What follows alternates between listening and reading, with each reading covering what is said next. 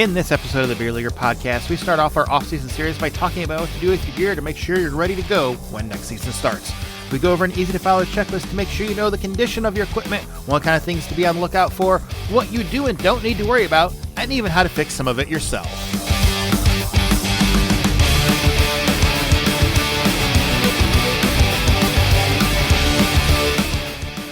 It's getting to be that time of the year when a lot of the rinks are melting their ice, skates are being traded in for rollerblades. This is usually the biggest stretch of time when there isn't regular beer league hockey happening. So how do you take advantage of this? For me, it's the perfect time to check on all my gear, make sure everything is doing its job like it's supposed to.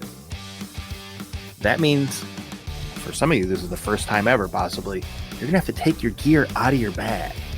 All of it. Now, I have a huge checklist of everything I'm going to talk about.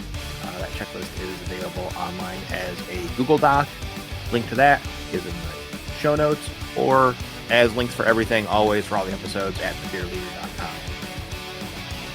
So what I'm going to do is basically go through this kind of checklist of all the stuff that I think of and all the gear and what I check and everything like that. Go a little bit more in depth into what I'm looking for, why I'm looking for, if there's anything you can do about it, or if it just means you need to get new stuff, or you're going to have to deal with broken gear, and kind of explain that as I go. And finally, if you're wondering, why would I do this? Why do I want to go through my gear like this? This sounds kind of boring because I'm not a gearhead. Listen, hockey is expensive. Beer league hockey is stupid expensive. We play to do this stuff and pay a stupid amount of money for the gear that we have, that we try and have last for as long as we possibly can, because most of us don't have tons of money to throw around for like new gloves every year or new shin pads all the time. So just taking, 20 minutes once a year can make some of this stuff last a lot longer, and make sure that you're not one of these people that, gets to a game and realizes, oops, my hand just went through my glove because the palm completely came out. Well, I guess I should have noticed that. And yes, I've seen that happen. I've seen people do this, especially when they come back into the fall because they haven't been playing like all summer. I've seen people come in and that's the first time they've looked at their gear since the last game at the end of last season. And so it's been sitting in the bag, maybe in the garage or in the basement, or, oh, God forbid, in the back of their truck or something like that for, 4 or 5 months, and their gear is destroyed. So this is a quick, simple, step to take to prevent that from happening. All right. So that's all this is. And trust me, it pays for itself if you save one piece of gear. It makes it worth it. All right, so let's start this off. First thing you should do, wash your gear, wash your bag. Yeah, I said it, wash your stuff. I don't get the whole not washing your gear thing. I'll put a link. I have a YouTube video about how I wash my gear. It's real simple. I throw everything into the tub with some OxyClean, some Simple Green, let it soak, rinse it out a few times, put it out in the sun on a nice hot sunny day. It's great. Throw it in in your driveway if you have room, have it sit out in the sun for a while. Your gear's, super clean. Didn't take that long. I've also used a pressure washer. I've put it not into my bathtub, but into like a giant plastic tub, like one of those storage totes. I know people that throw it into their pools for a while, especially now when they're kind of opening up their pools to begin the summer and let the chlorine do its thing. But just something to wash your gear. Now's a good time. If you watch stuff, as we're in NHL playoff time now, you pay attention to the injuries and stuff that they talk about. I have noticed, and I don't know if I'm really just hyper aware of it now or if it's more and more happening, of them talking about staph infections for players and players getting staph infections and stuff like that. And it's usually, somebody got cut during a game, didn't realize they were cut, and whatever. But I've just noticed it a lot more in just NHL or AHL or just any hockey playoffs or at the end of the season here a lot more lately.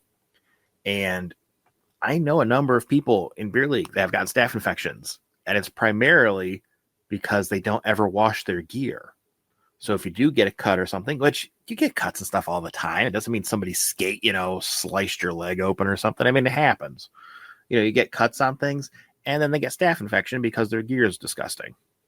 So there's my little PSA about washing your gear. All right, now into checking your gear. I'm going to just kind of run through what I look at, stuff of how I try and fix it if I can, and to me, red flags to replace stuff. So I'm going to start with probably the gear that you'd pay the least amount of attention to, your bag.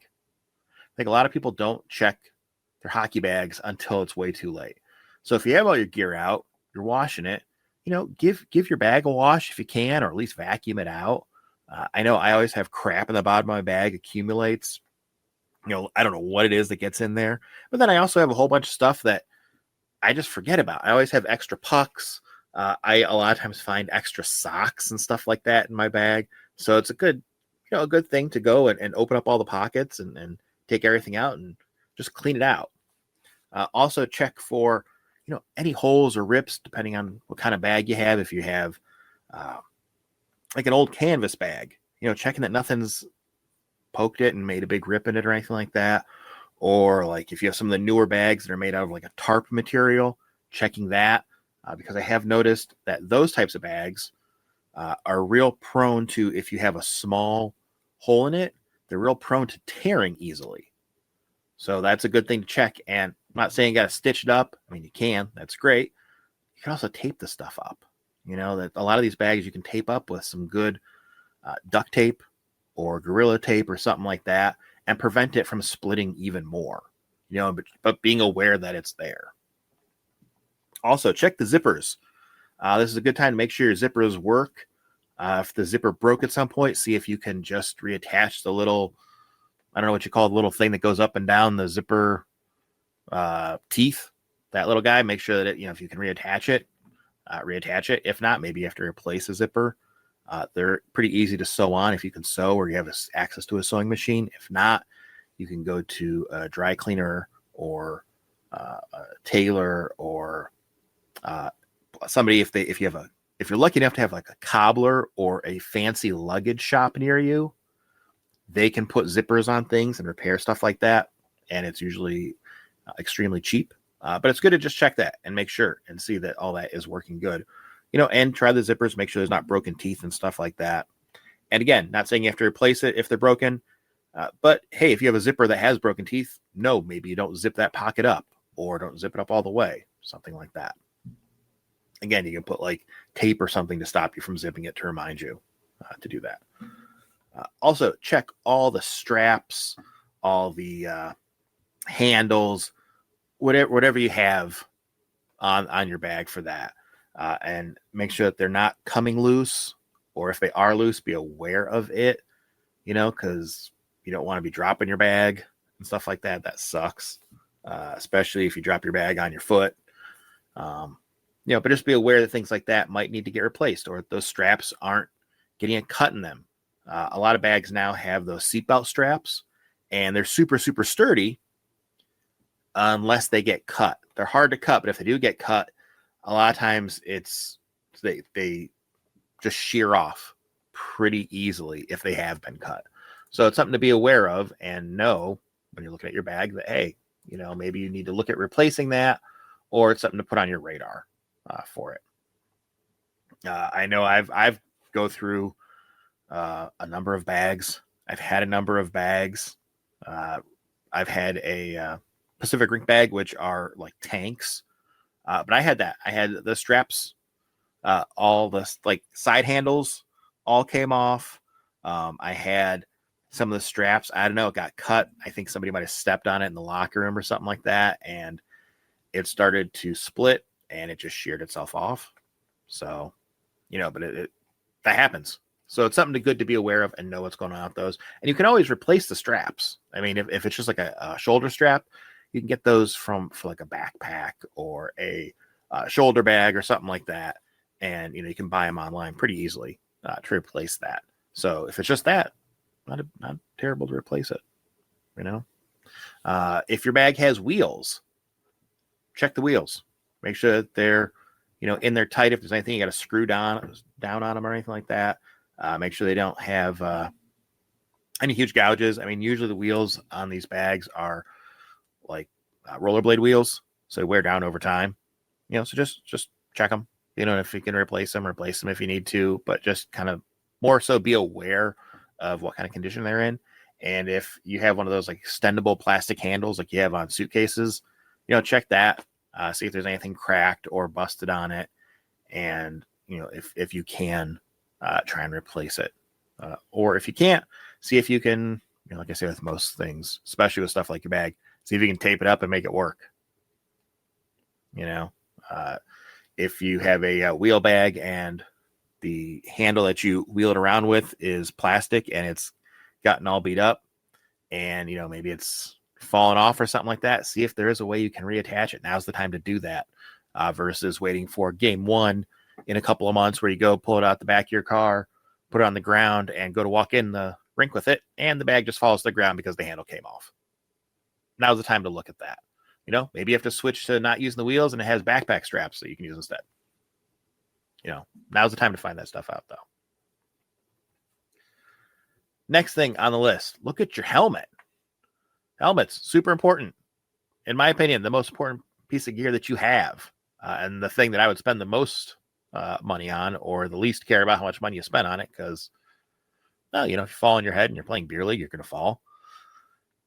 You want to make sure you don't hurt your brains.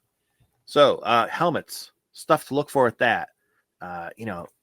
Just check the outside, make sure nothing's cracked. I mean, they're plastic outsides. Make sure it's not in terrible, terrible shape with that. Check all the fabricy stuff like your chin straps and the cup. Those are real easy to replace and easy to buy new ones if you need to get a new chin cup because those are usually weird foam that just seems to disintegrate over time. Check inside the helmet, check your foam or whatever you have in there. See if any of it needs to be glued down or if it's, needs to completely get replaced. I mean, helmets do have a lifespan on them. They don't last forever. If you are going to glue it down, though, be real careful and make sure you get glue that works for that type of foam. A lot of like super glues and stuff like that will just eat away helmet foam. So don't use those. So if you're going to, glue that stuff down, make sure you do a quick search, find out what is an appropriate glue to use for that. While you're doing that, clean off the outside of your helmet, with a rag. I'm not saying you have to put that in the wash or anything, but give it a nice little clean, so that way you can tell if there's problems with it. And make note of the HECC date on it, if you can read it. That's the date that your helmet technically expires, and see what it is. I'm not saying you got to replace your helmet when it's gotten past that date. You're supposed to. But, if you can't read it and it's the date is 19 something, probably a good argument to go get a new helmet. But just make a note of it, so you're aware if your helmet's insanely out of date or not. Also, while we're up there protecting your face, if you have a visor, you have a cage, check that. Make sure if there's any cracks. If you have a visor and you have cracks and stuff in it, I think that's you got to get a new one. I don't know how you could live with a crack in the visor. Same thing if you have a cage or even half a cage and any of the little pieces are separated, probably time to get a new one of those. But just check it. Make sure that it's in good shape. Make sure everything is okay there. It's also a good time if you have a visor, give it a real good cleaning. If you've been using anti-fog spray on it. As someone that uses anti-fog on my goggles all the time, I do a couple times a year, just wash them. I usually wash them with some dish soap, some Dawn or something like that is very good. So if you have a visor and you've been using anti-fog spray on it, instead of just having that cake up on there, now's probably a good time to, give it a cleaning. If it's brand new, probably don't need to, but if you had it for years, not a bad idea to do something like that. Also, with your helmet and your cage, visor, whatever you got, check the screws. Check the screws on everything. Helmets have a lot of screws holding in pieces. Even if you don't have a cage or a visor on there, they have screws kind of holding pieces together usually. Check those, make sure they're tight, tighten everything down, replace any of them that have come out, that have gotten lost over time, especially if you have a cage or a visor on there. Check the screws that hold it in, check the screws that hold in the little J clips that keep it in place. Buying a helmet repair kit, I guess they're usually called, they're very cheap online. They have the exact size screws and the little buttonhole screws that your chin strap pops into and stuff like that. But go through. This is a good time to check, make sure all that stuff's tightened down, make sure you can tighten it down, nothing's stripped, anything like that. One little tip I will say, if you don't know about tightening your helmet screws, usually you need to hold the back of them with another screwdriver. A lot of times that's how they're set up is you kind of move the foam or whatever padding you have out of the way on the back of the screw, hold that with a screwdriver, and then tighten in from the other side too. It's usually how most of those work. So go through, get that all checked, then your helmet's good to go and you don't have to worry about it. Next up, kind of trying to go in order of head to toe with your gear with stuff. At least in my head, this is how this stuff works. Is if you wear any kind of undergarments, if you're someone that just wears like a regular t-shirt, whatever, it's t-shirt. If you have any kind of like hockey specific under stuff that you wear, this is a real good time to check that. Also wash it, because apparently some people don't wash that stuff, which is, again, disgusting. But now is a real good time to check that. Make sure if there's any holes or rips or tears or anything like that, that you fix those up. That's not something you can fix with tape. That's something you would have to sew up for that. But, just check those. Check if there's loose strings hanging out, and, do the snippet and run a lighter over it to prevent it from coming out even more. So that way, as you take off, your protective gear, you don't catch that string and all of a sudden, the side of your shirt now is completely open because you pulled that string out. If you have those little plasticky, sticky pads that are glued on that are supposed to help you, your elbows and your shin guards and stuff like that, check those. Those, in my experience, those tend to wear off over time, which is fine, but it can be real annoying if they're kind of like dangling on and flopping around. So now is a good time to, either glue them back on with some fabric glue, or you could try something like a super glue or something like that, or just rip it off, instead of having it just flopping around and dangling there and coming out in the washing machine. And also, and this is going to be on a lot of the gear, check the Velcro. So check any kind of Velcro. So like for me, I have Velcro on pants that I wear that hold up my hockey socks. And then I do have one of the undershirts that I wear has a neck guard, and its Velcro holds that together. So check the Velcro. And this applies to all the stuff that has Velcro. What you can do with this is with Velcro, you can either just unstitch it and stitch on new Velcro. That's probably the best way to fix it.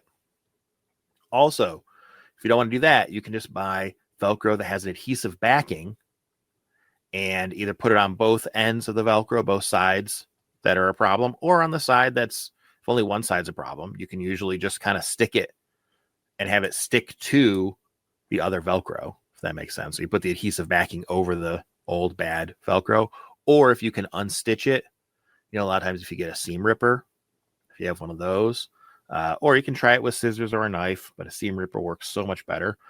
You can do that and then get the Velcro that goes on and just sticks right there to replace it. If you don't want to replace your Velcro, there's a couple different ways you can try refreshing and bringing life back to Velcro.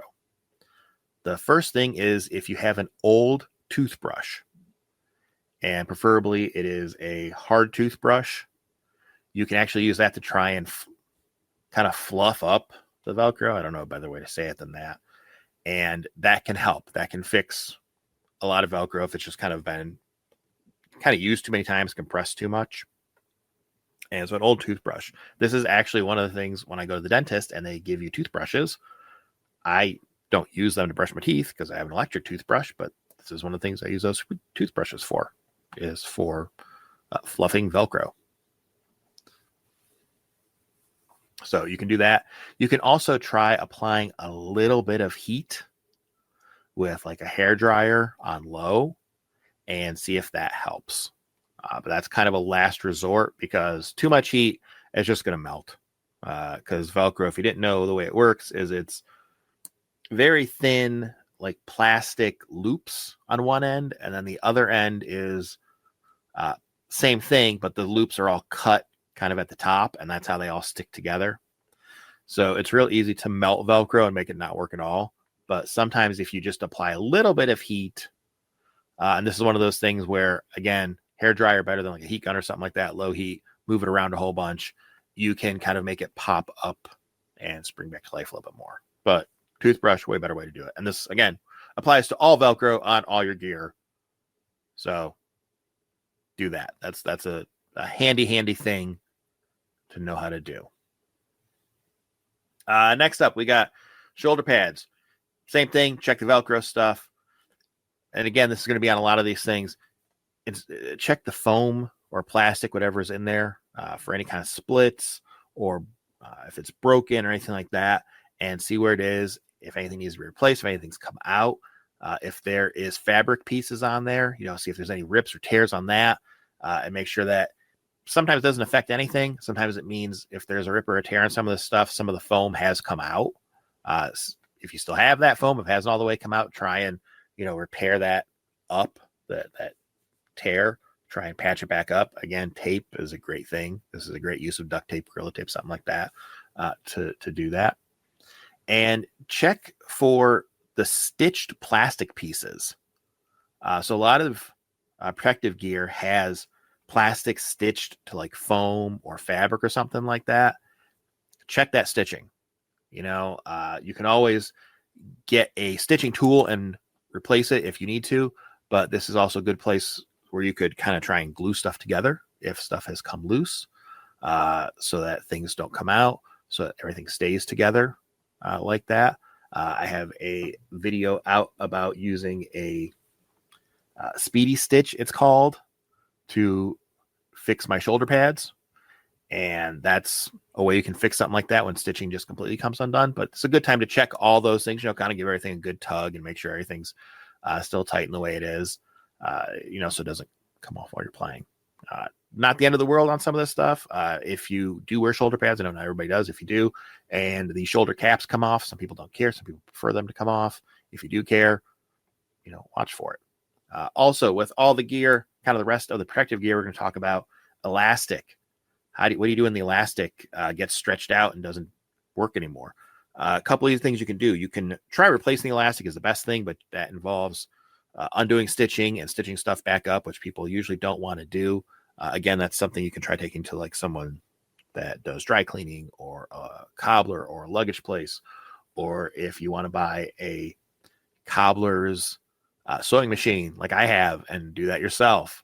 Most people don't want to do that though, because a lot of those times you are going through multiple layers of foam and fabric and a lot of times plastic. So a regular sewing machine is not going to cut it.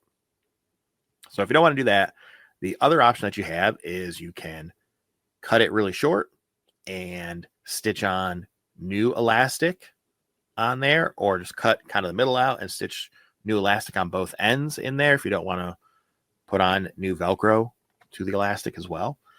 That's not too hard. That's something you can do by hand. That's something you can do with a sewing machine super easily. Most people can do that, but definitely sew it. Don't just try and glue that or tape that even with fabric glue, especially not an elastic. It's not going to last very long. But that's an easy way around it. Or what a lot of people will do is, because usually the elastic hasn't lost all of its elasticity, it's just kind of become stretched out, is you can just kind of take a chunk of it in the middle and fold it onto itself, making the elastic shorter again, but make sure it still will fit and stay tight to you. And you can usually do a couple of stitches in there, or a couple of safety pins even, and just kind of hold that together like that. So there's a little bunch of elastic to make it seem more like it's the proper elastic and hasn't been all stretched out. So that's, again, applies to all these things that have the elastic straps on them, which is most of the gear. All right, so there are shoulder pads, elbow pads, same kind of stuff. You're checking your Velcro, you're checking your foam, you're checking your elastics, checking your fabrics, covering everything, making sure that that's all good on there. Shin guards, same sort of thing. The only difference with shin guards, I think, is a lot of times there is Velcro that hold. A lot of shin guards now have like two pieces. They have the kind of plastic piece that has some foam and then a foam insert into that. And that's kind of what goes against your leg. Usually there's Velcro that holds that in. So that's something else to check there. Make sure that is good. And, that's holding everything together like it's supposed to. I've also, from personal experience, noticed that I have shin guard. The knee cups tend to crack a lot more than anything else and break. I have gone through so many shin guards where the knee cup, just the plastic on it, gets cracked, and a game or two later, I have no plastic covering my knee anymore. And inevitably, that's when I get hit in the knee. That's how it works. Pucks will always find any of your protective gear that's not working properly, or if something's broken, the puck will find it for sure. So that's something to check on shin guards specifically, but same stuff, Velcro, elastic, all those things. Make sure all that is in good shape. Pants. If you wear a girdle and a shell, I've never used those, but similar ideas to everything else. Checking this stuff. I wear regular hockey pants. Check the fabric for any kind of cuts. I don't know how, but my hockey pants always have cuts in them. I don't know how that happens. I don't have people kicking me in the thigh. I do keep guards and soakers on my skates always when they're in my bag, so it's not from that. I don't know, but they always have cuts. Usually it doesn't matter. Usually I don't care. Occasionally I will use, again, some Gorilla Tape or some duct tape or something like that on the inside of those cuts just to kind of keep them closed. Same thing, zippers. A lot of most pants, I think, have those the Gretzky zippers on the inside, on the inner thigh, so you can put them on after you put on your skates if you're a weirdo like that and likes to put your gear on out of order. Check those if you care. I know a lot of guys that you can tell they're guys that have had their pants forever, and usually this is one of those signs of a ringer. Guys where the zippers are completely toast and their pants just flop around. So, again, not a huge thing, but that leaves that area not really protected because your pants aren't really closed and not really protecting your inner thighs. So, but it's a good thing to know. Also, check if your lace belt or webbing belt, whatever kind of belt you have on that. Make sure that stuff is there, not broken, doing its job. If you use suspenders, check that your little suspender holders, I don't know what you call those, but make sure that those are in there. They're good. I have a video out about fixing those and putting on new ones.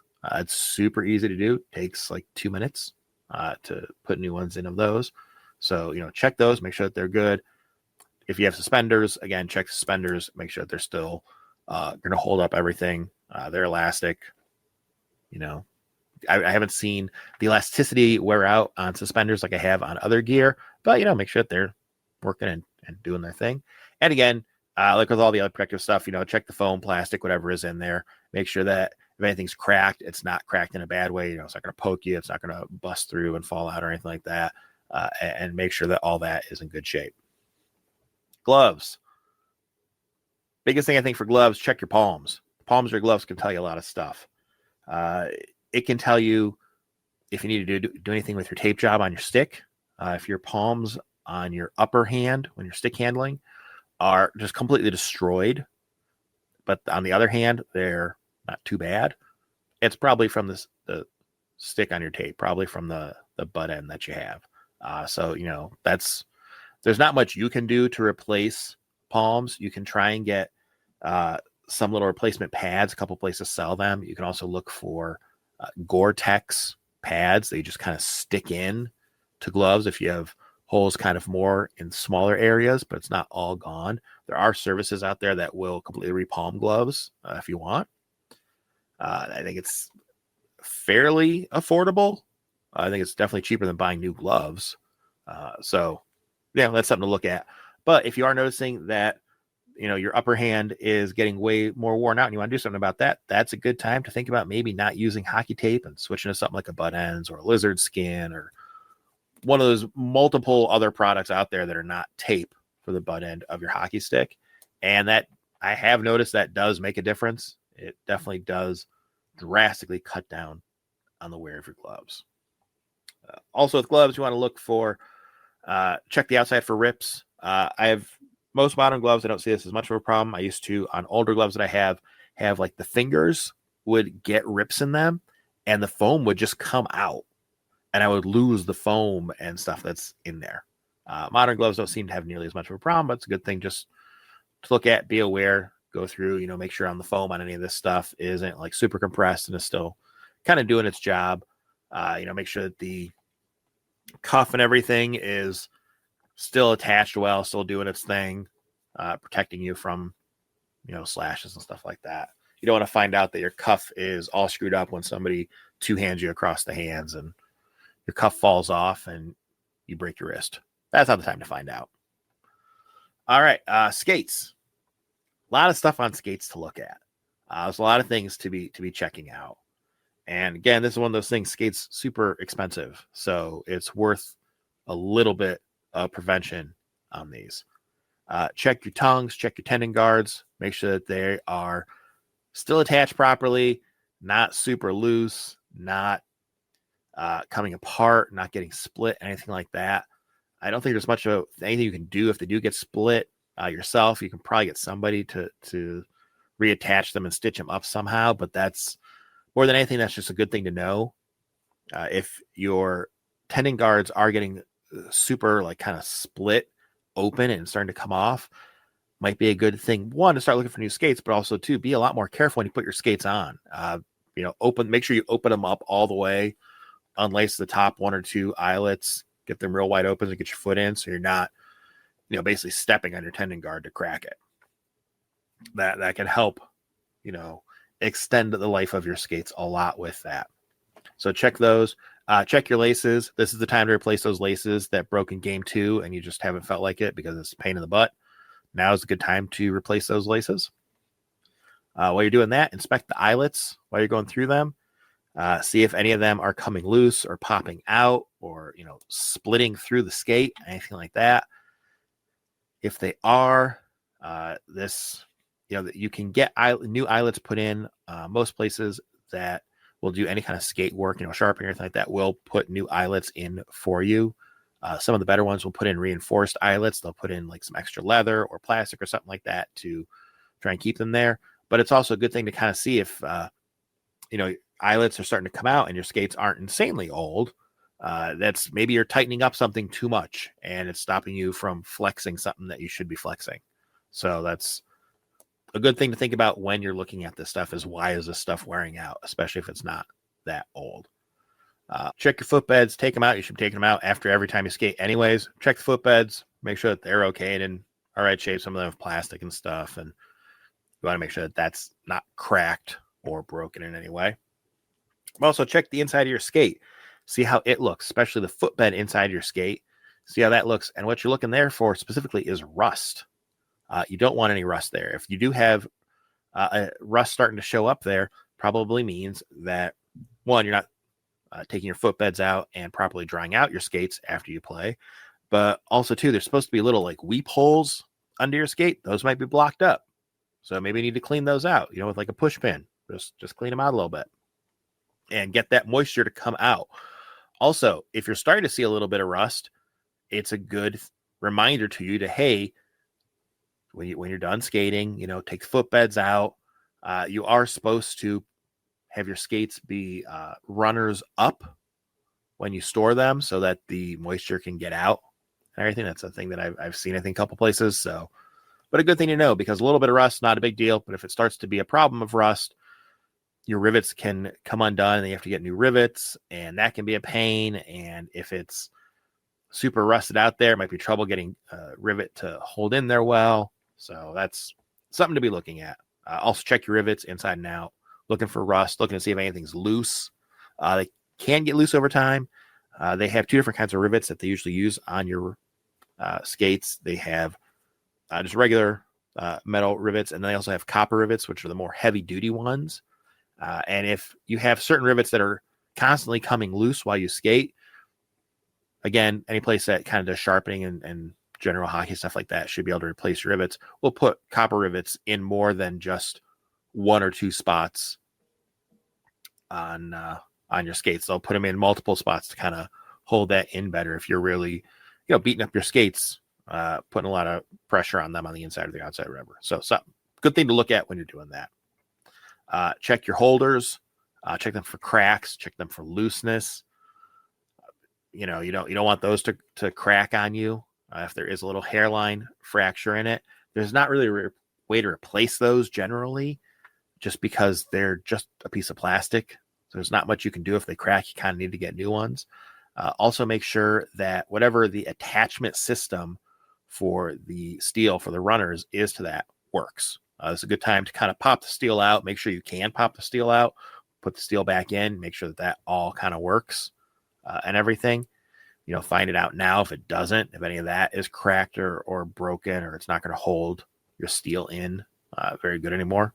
Better to find out now than when you're playing. Also, easier to get stuff fixed and replaced now, because it's not like, hey, I need to get new holders and new steel put on my skates. I got a game tonight. Can you do it now?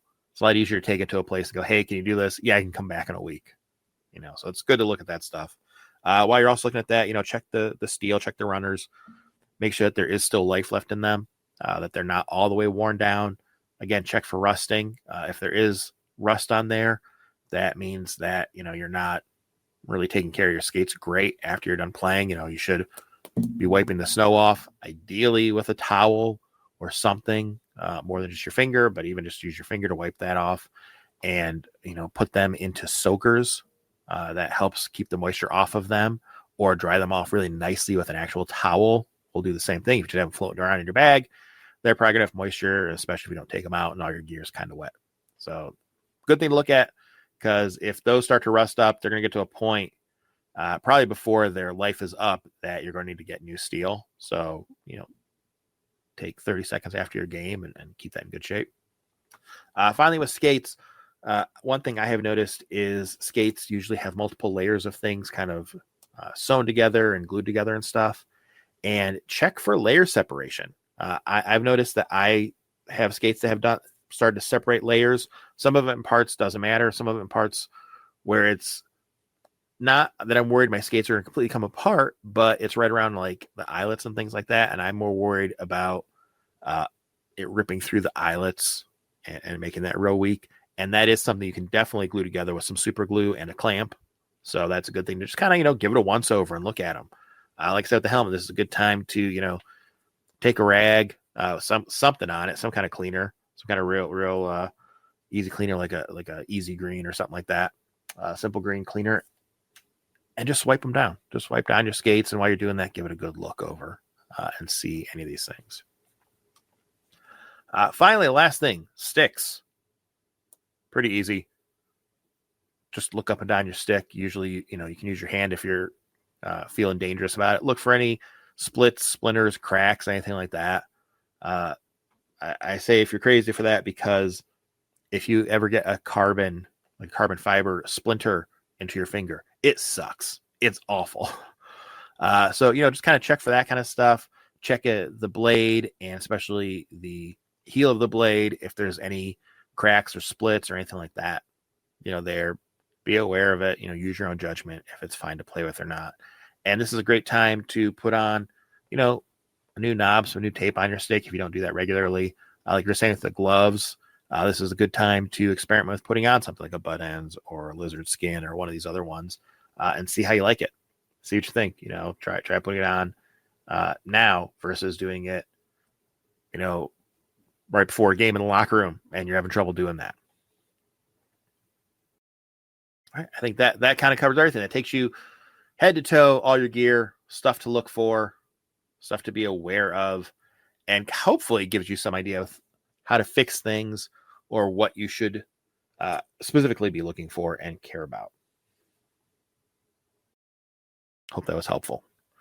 Finally, and unrelated to gear, or really anything outside of literally just the Beer Leaguer podcast here, there is a new way out to send ideas, stories, favorite cookie recipes, I don't care, to the show. You will start seeing in the show description a little link that lets you text the show.